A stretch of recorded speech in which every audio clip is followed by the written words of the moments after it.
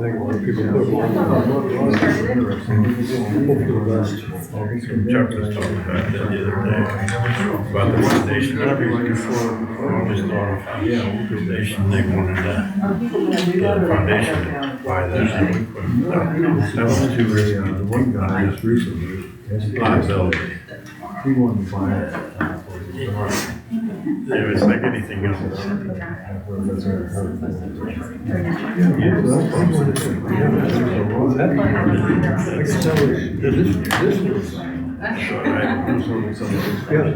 was this one because they were going to get it. Yeah, it was going to be some kind of foundation. Well, that's what they wanted to check. Well, we talked about that.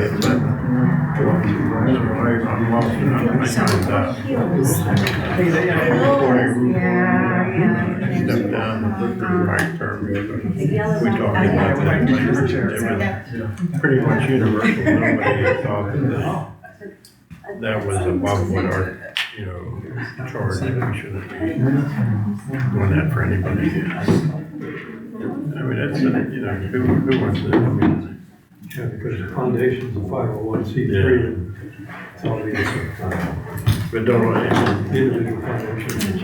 Chuck can tell you more than I can, but there's sound reason why I don't do that.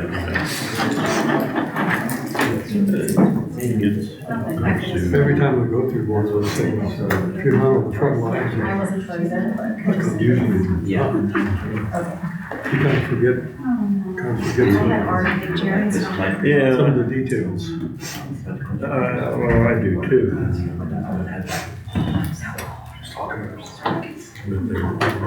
Especially today, there's so many opportunities. Someone could accuse you of their spouse spending too much money.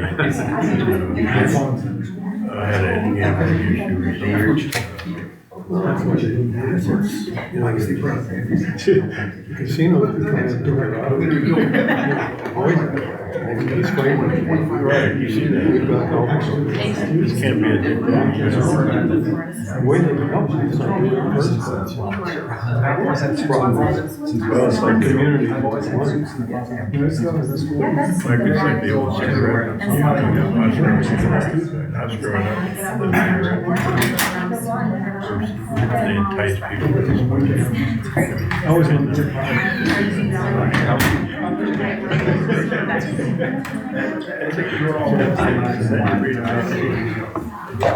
Then you read about people. How are you? How are you doing? That's a lot. That's a lot. It's not that serious. It's little money for. You're trying to get out of that house, especially. A bunch of messages. Yeah. It's definitely a problem. It's freezing. That's a problem with thermostat. Some people locks it, gives a little bit of a drop.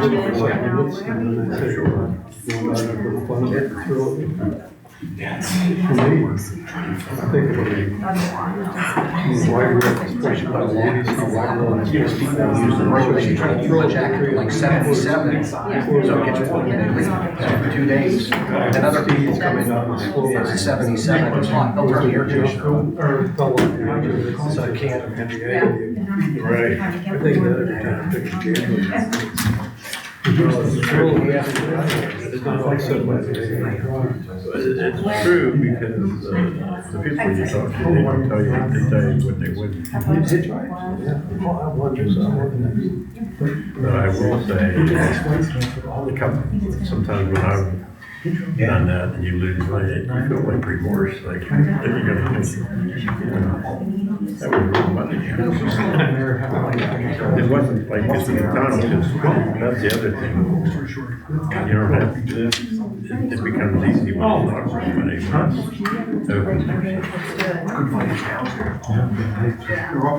There's no way. Because I'm here biting my nose. There you go.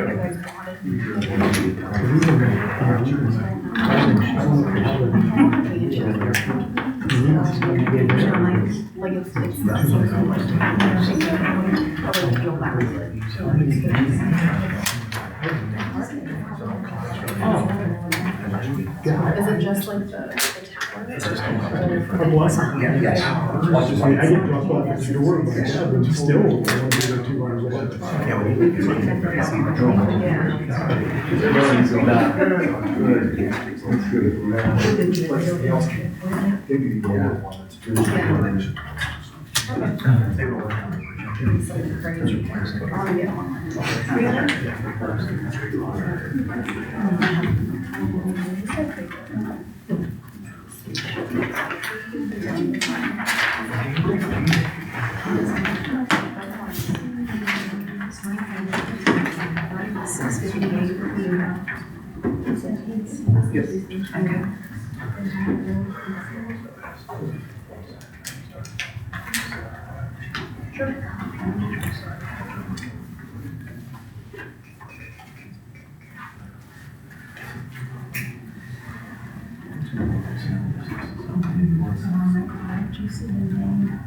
I've been trying to do my taxes on my own. It's Better storm, they got another 2 or 3 feet on Well, I top of already everything. went through these different programs and TurboTax. And then my tires were, from slipping. The more I get in my time, the more I have to take on my IRAs and my restricted accounts. More complicated. Yeah, they said something to do with the wind. And then when you got an advisor For extra money. who doesn't understand all the tax implications, which caught me with the job. No, still trying to bring up those. We're hearing about the senior tax deduction. You know about that? So they can talk through. I'd like to call the meeting to order. Please join me in pledge of allegiance. I pledge Allegiance to the flag of the United States of America and to the republic which stands, one nation, under God, indivisible, with liberty and justice for all. Roll call, please. Mr. Bickerton? Here. Mr. Delo? Present. Ms. Good? Present. Mr. Hamilton? Present. Mr. Heinman? Present. Ms. Lauren Konjeski? Present. Ms. McKean? Present. Mr. O'Shaughnessy? Present. Mr. Thomas is absent. Mayor Kretschmar? Present. Chief Maggar? Okay, I'd like to open it up to public participation. So is there anyone in the audience who would like to participate? Hi, my name is Christian West and I live in Ward 1. And I didn't really notice it until I started talking. I have individuals going randomly down my driveway in my backyard, going through my dumpster. And when the police came, they said it's been happening more and more frequently. I've heard people say people are napping on the benches by the train station and in the vestibules of the businesses and things like that. Is this common knowledge or is people aware of this? People are saying it's from the homeless shelter. I don't think so. I did some investigating.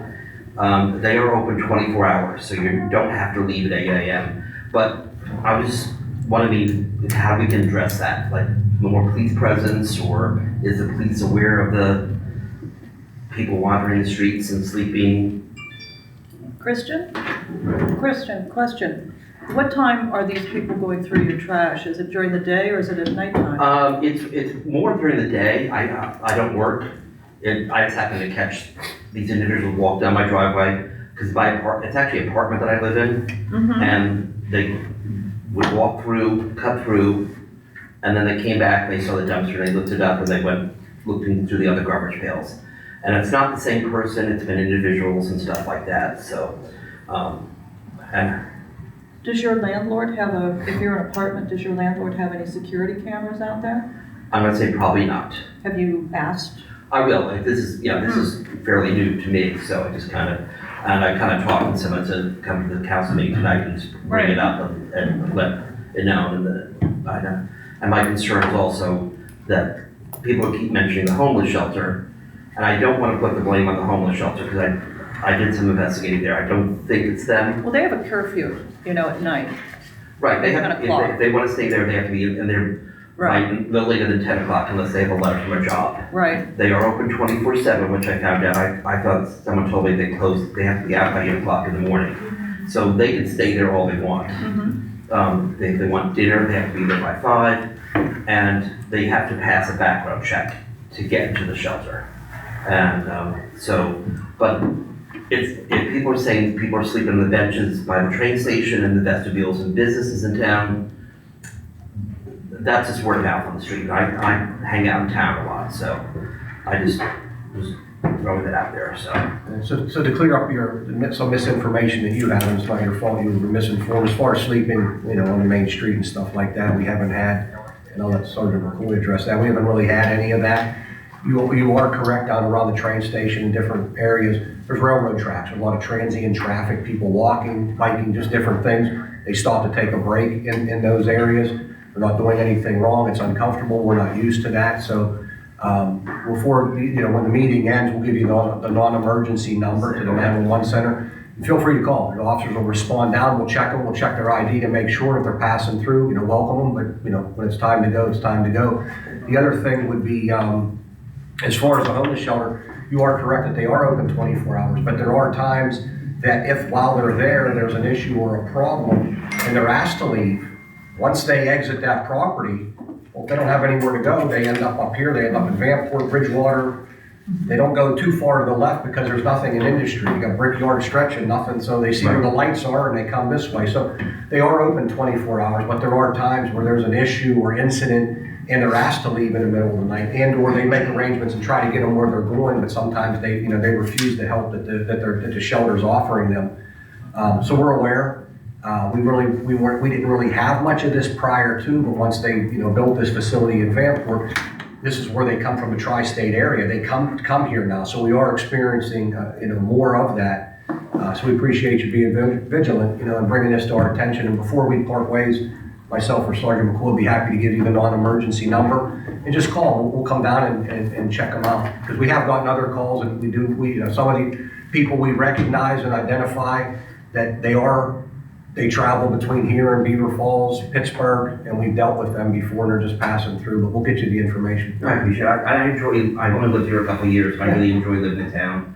Yeah. I live on the first floor, and then Sure. a little nervous Yes, sir. that, people kind of one step over from stepping in the doorway and stuff like that, so. Will do. Thank you. Are there any other public comments? Okay. Ellen Kretschmar, Ward 2. I just wanted to bring up the Municipal Authority. You guys, the ones who live in Beaver, probably saw that the water rates went up in January. And I had done a right to know in December, and I got the response back here. And I just wanted to inform you as council that Dan Megar does do work for the Municipal Authority as well. He gets a salary from them as well. And so I asked for if there was an actual business agreement or some kind of contract so that you guys would know what services he was providing for the money that he is getting from the Municipal Authority. And there isn't one. No records existed was the response I got. And also just the job duties, if there was an actual position created. So if Dan isn't able to do that because he has other duties, if they could go and find someone else to fulfill those duties. So if council wanted to say, Dan's not going to be available because he's doing this and this, that the Municipal Authority would actually have a job description. And I'm just wondering if you guys, as a council, want to know what the job duties of Dan Megar are for the Municipal Authority. Okay, thank you. Okay. Is there any discussion based on what Ellen has reported? Didn't we talk about this like a couple years ago or something, that it was a union issue or something with the employees down there? Yeah. I mean, we talked about it in an open meeting. I mean, why is it, it's not a secret, right? No, it's just assisting where needed. It saves, this actually saves the taxpayers a lot, because the taxpayers don't have a municipal manager, meaning on that end, because they're all union employees. So there's nobody that's a non-union Right. employee. So Scott Snyder couldn't actually do, yes, so you had to somebody had It was to. either hire somebody or I was asked to step in a few hours a week. And Mr. Delo and Rick are on the board. And it's been seamless because they're borough employees, so it's no different than overseeing the highway department. I meet with them if there's an issue, an employee issue, or a question on safety or something, they bring it, we sit down, we discuss it, and it keeps it from going to their board and tying their board up, and it saves the municipal authority from having to hire somebody. Any other, yes? Just Mr. a Beaver? comment, that was done about 10 years ago, or do you remember exactly when we did that? 10 or 11 I years. think it was 2017, 9 years ago maybe. And the idea of it was that at that time we were looking to establish a management protocol. And we didn't have a full-time manager. And then you get into, well, what can be done, what cannot be done. We were at that time, and still are, the municipal authority is using borough employees who are assigned to help manage and run the various pieces of equipment and handle repairing the water and sewer lines that are the responsibility of the municipal authority. We looked back, at that time we looked and said, you know, it would be not only convenient but also efficient if we had one person do both of those, because the police chief was out and about, knew everything that was going on in town anyway. Why not just extend that a little bit? And since he was, also police chief and borough manager, as borough manager, he was really responsible for those employees anyway. So we just, kind of through agreement extended his responsibility, and along with that went additional remuneration. Any reason you don't have an actual contract or an MOU to that effect? Just so the taxpayers know that what you're claiming is true. Because you don't track his hours. I'm not aware of there is an MOU in place, but not involving the borough manager. Actually, that's a personnel matter that we're not going to discuss right now. Oh. Okay. Okay. Any other information about the municipal authority? Okay, then, is there anybody else from the public that would like to make any comments? Okay, so I am going to move on to the general commissions and authorities comments. Council members, you will notice that my agenda looks a little different than it has in the past, and I will explain in my report why it looks this way. But is there anyone here who would like to discuss anything from the commissions and authorities? Beaver County Regional Council, Code Enforcement Officer, Historic Architectural Review Board, Municipal Authority, Planning Commission, Pool Committee, and Shade Tree Commission. Are there any comments? This would be the appropriate time to discuss the Shaw Park. So I don't have exact numbers now. I've been working with the pool committee, or the Shaw Park committee, and Dan and Rebecca, they've been working with the contractor. And we're getting the final numbers, so we should have more soon.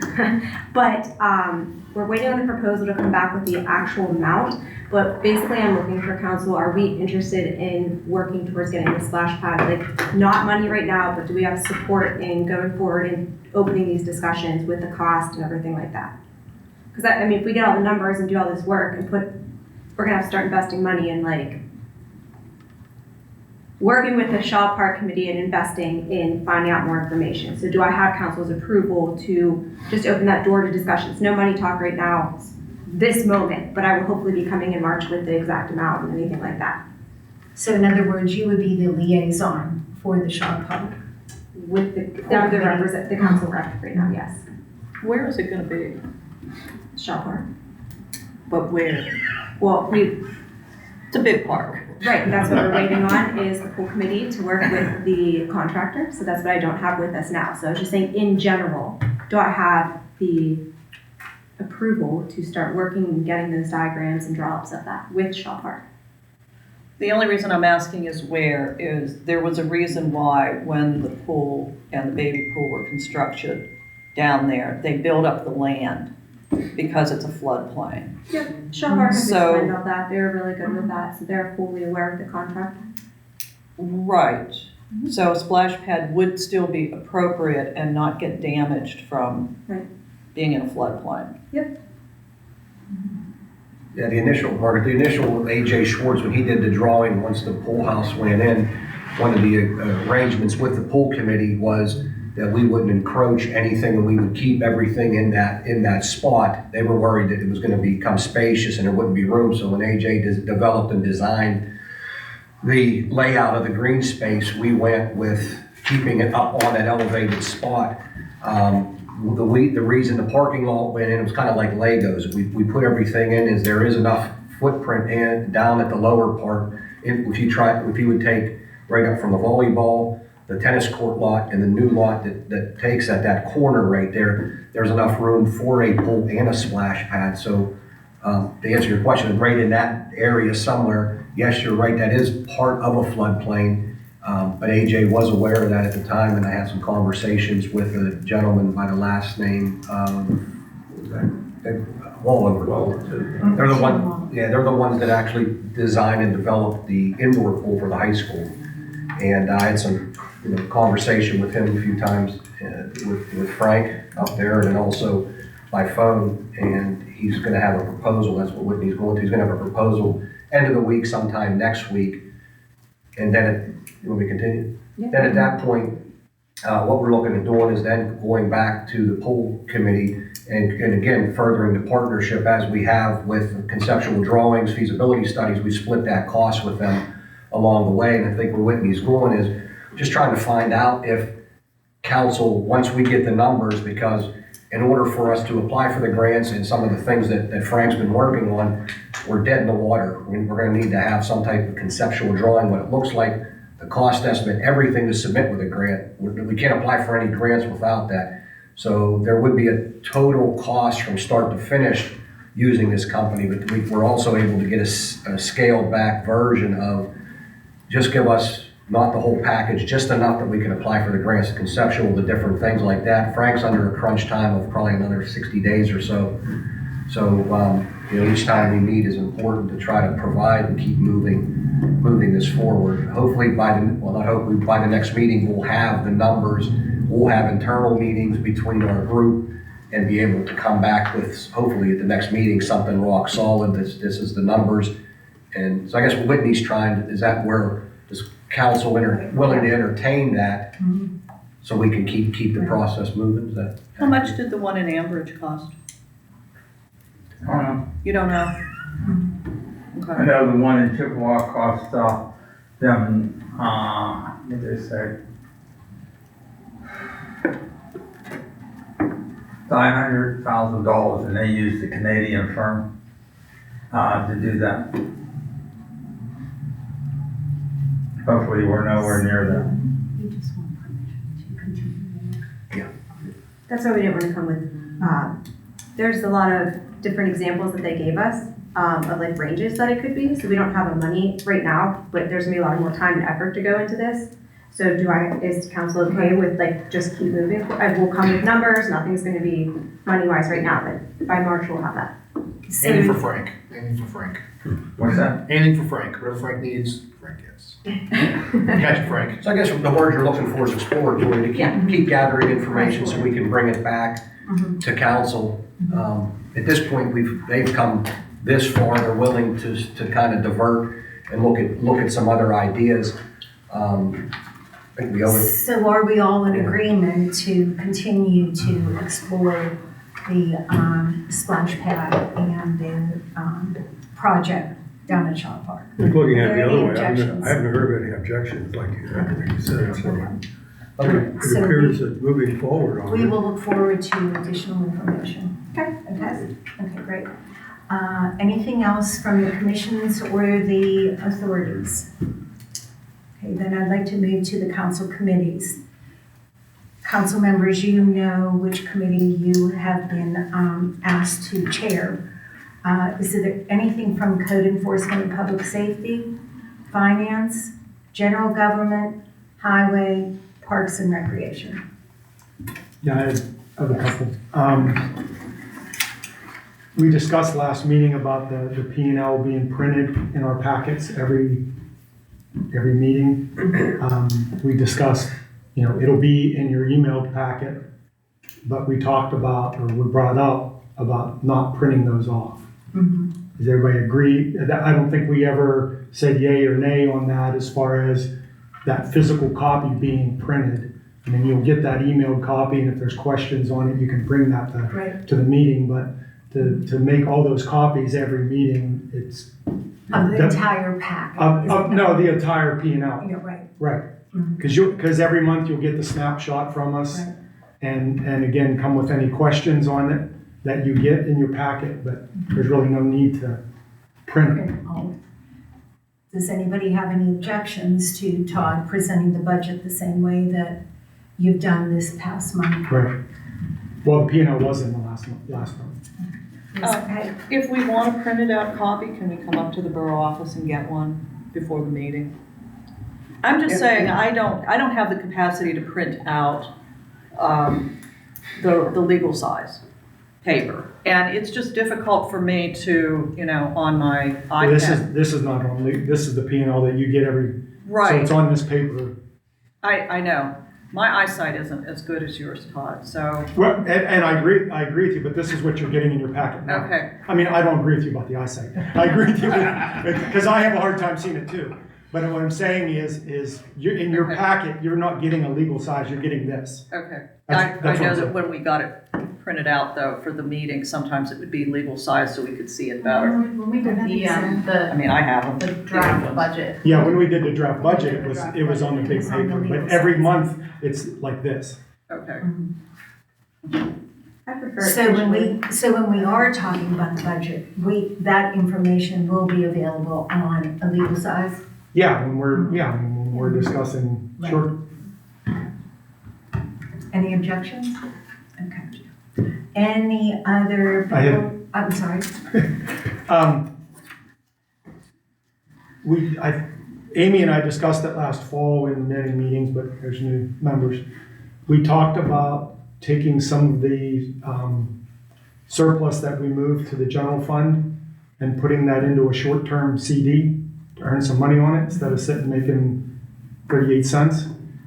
So if it's okay, I'd like to explore that before the next meeting, because as Andy and I and Roberta discussed in the meeting, is we need to do it by the end of March so it'll be matured by the end of the year. So we can see what those rates are, what will yield, if it makes sense to do it.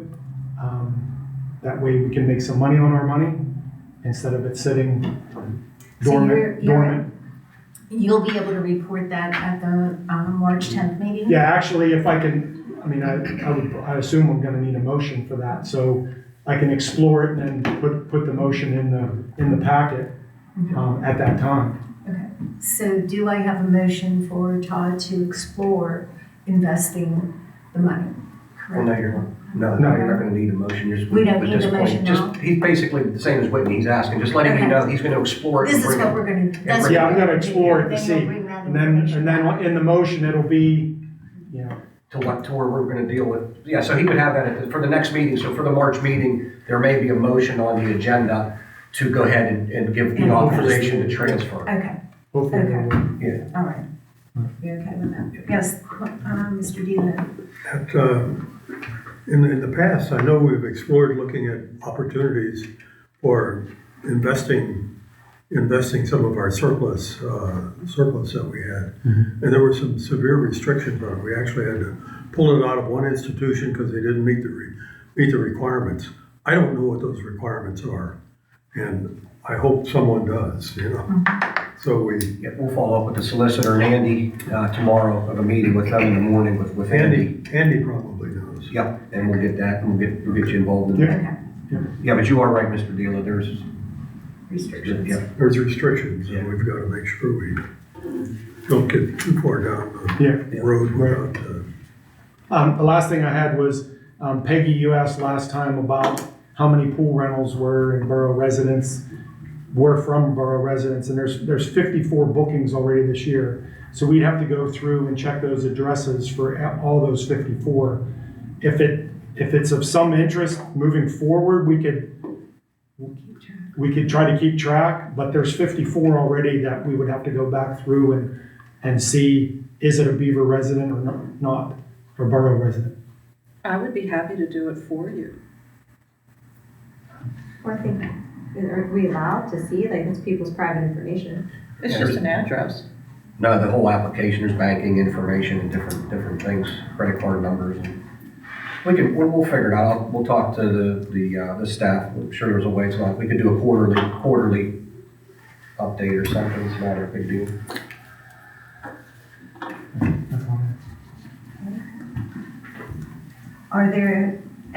Is there any other information from the council committees that you would like to discuss at this time? Okay, then I'd like to move to the reports. So from the manager. Okay. Reminder on the 2025 financial interest statements. We can get those back, whoever has in the next week or so, if we can get those back. Also, a zoning hearing board for March 11th is in reference at 250 College Avenue, first floor, looking to convert that into an attorney's office. So there is a zoning hearing board for, again, March 11th, and that's for 250 College Avenue, first floor. This Saturday, the yard waste area opens. Residents can renew their key cards online, or if they need to, come into the office. But that's what was nice with the system before, is everybody had to come in. Now it can be done online, but also they can deactivate. So right now everybody's deactivated. Everybody wonders, why does it close down? So it has to close down for a short period of time so everything can get reset in the system. But also too, I'll have the numbers for you as we move along, but the key cards doubled. Before, we were into 300 and some key cards that they were selling before the paper permits. Once we went to the hard ID cards, the swipe cards, we were into 700. So it doubled as far as getting people to comply, and also talking with Brent, who has to get down there with a tub grinder and take care of all that waste. He said, having the gate and having it set up like it does, really cleaned up from tires and all kinds of debris that wouldn't fit into the tub grinder, that we would otherwise have to put a dumpster aside. Our guys would have to go to labor, have the dumpster, and that was a whole other, couple $1,000 cost, because we would fill up dumpster after dumpster with a lot of contractor waste, fabric, things that they couldn't run through the tub grinder. So it's definitely made a big difference, and that was part of a grant that we received too, so that worked out well. Also, the nighttime parking enforcement, it begins on March 1st, so this upcoming week. But again, with the weather, with the officers for a week or so, we'll do some notices. We'll just put notices on the windshields to remind people, and hopefully get that back underway. So we're going to start running, as the weather breaks, start running the street sweeper and try to get ourselves resituated after the storm and everything, with all the debris out. There will be a motion, if council recalls, for the next meeting, and the motion will be in order to add the fire department onto our life insurance. That's what we had discussed before, about taking the fire department, the retirees, and the active members that have been on for X amount of time. It took a period of time to get that information together, and what that does is it takes the burden off of them. As a member would pass away, they used cash. They took the money out to pay for the policies, but also to make up any difference came out of the fire relief fund, and they were paying a chunk of money for that. We actually were able to add that on to the borough's existing life insurance policy with the additional members, and it made it cheaper. So, we looked at it, we verified it for several times. So we added the fire department as a benefit bonus to them, and it made our premium come down by a couple $1,000. Because of the numbers. Yep. So there'll be a motion to just to solidify that. That's actually going to start for them in March, so we'll get that. That'll be the next meeting. And we did discuss that last year. I just think it's something, a little perk and something nice for them to do a thank you on behalf of the borough.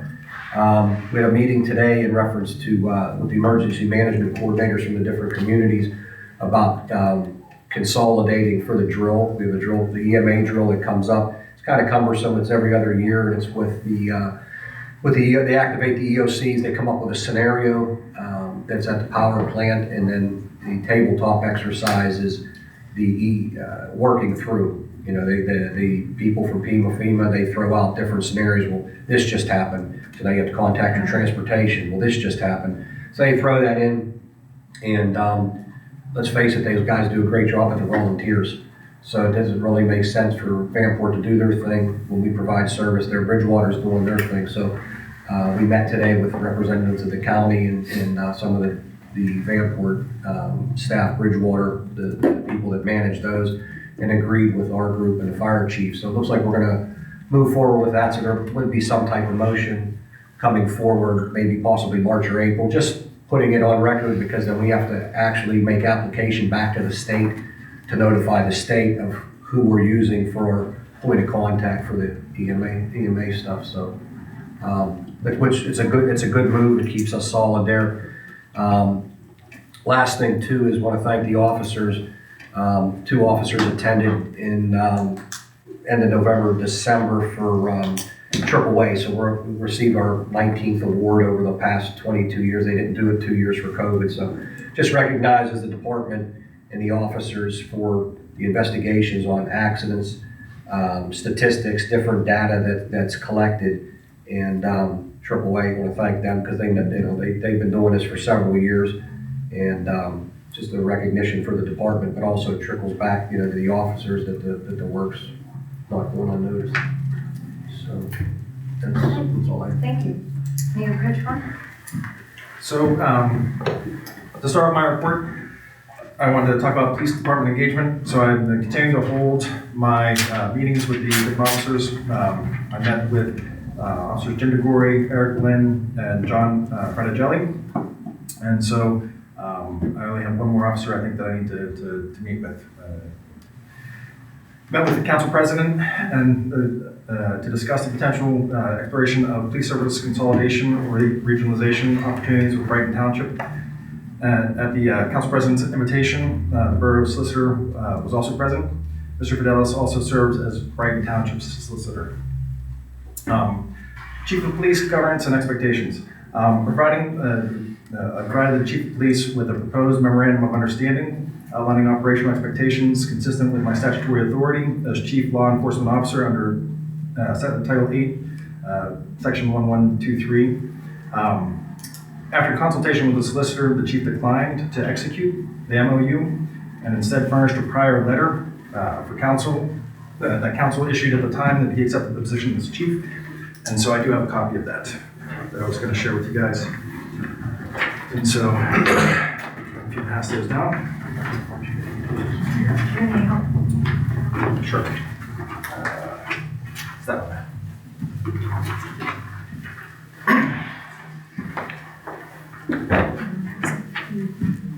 So there's a highlighted section there. What's noteworthy is that both the prior council letter and the proposed MOU that I provided him contain language describing the chief as a working chief, expecting to participate in control functions and operational duties in accordance with department policies and procedures.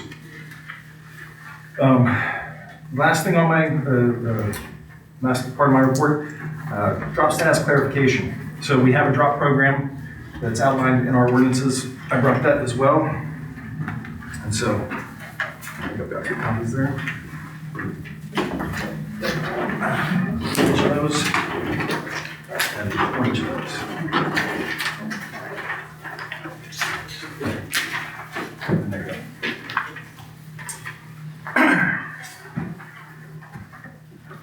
So the chief indicated he believes he may have discretion to remain employed beyond the statutory 60-month drop participation limit.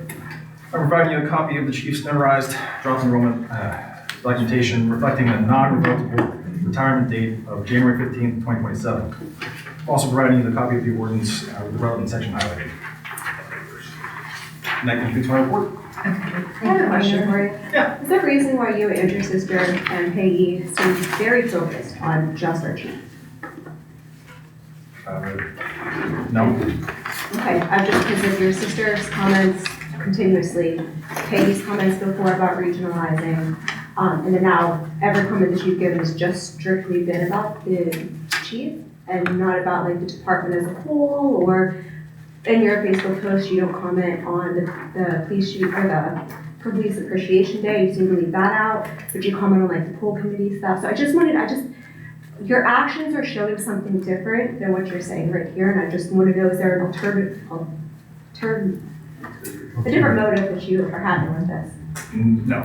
Okay, this is a personnel issue, so we will discuss this at the March 10th meeting as we talked about at executive session. Okay.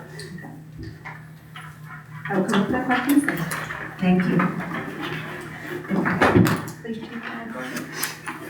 Nothing, I just wanted to, once again, there's some different interpretation going around about the law, and, Dan's leaving and everything like that. So I can just assure you that, everything will come out, and I have no intention on leaving, and I plan on being here, and I'll look forward to serving everybody in 2027. So.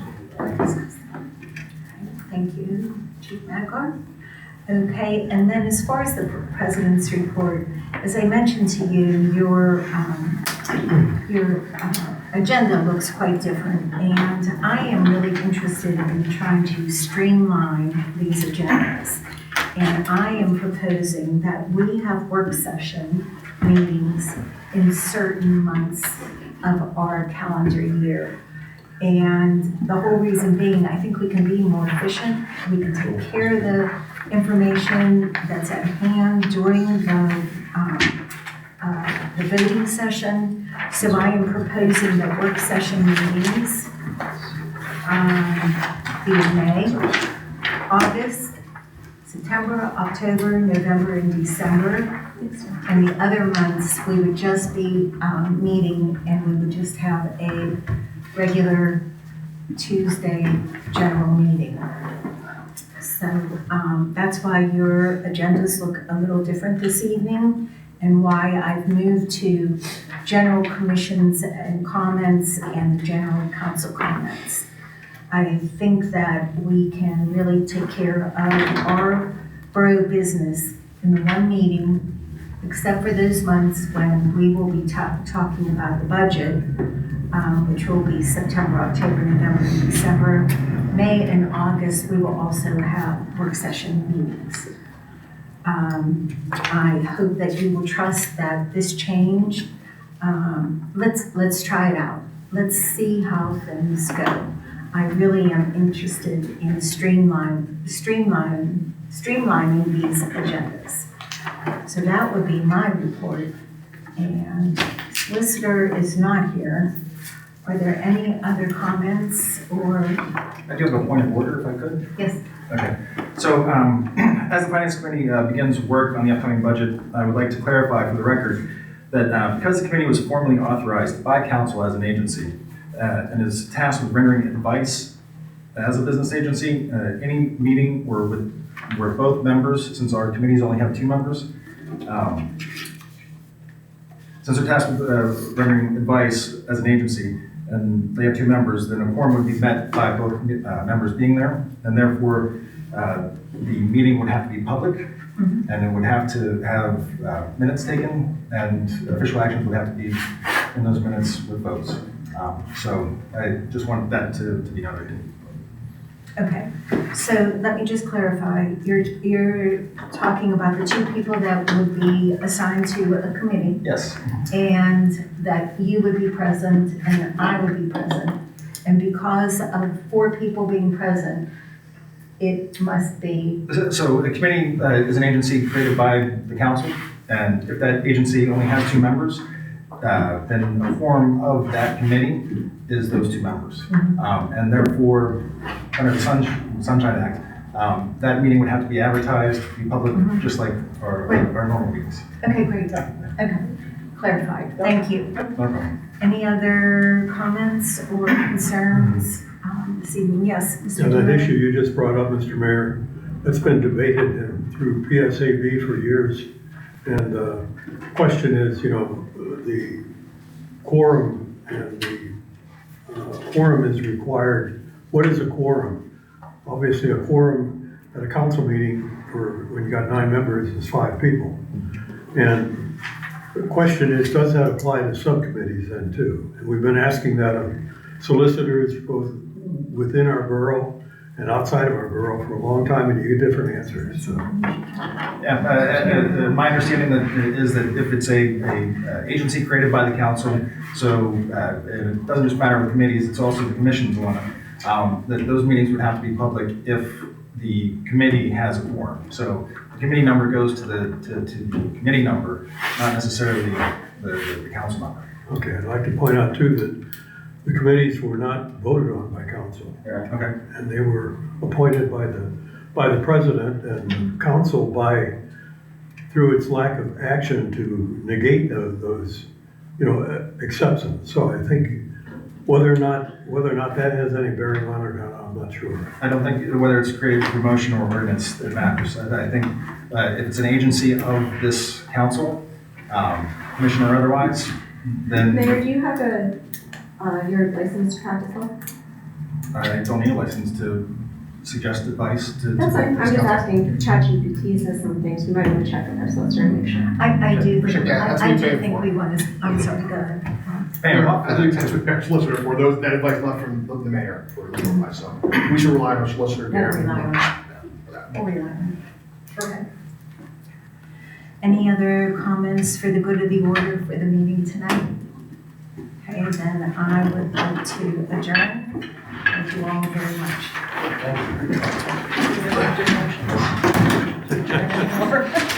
I can start. Point of order. Point of order. I don't know how that came into play. Did you need a motion? I guess it just came out of PSAB. Right.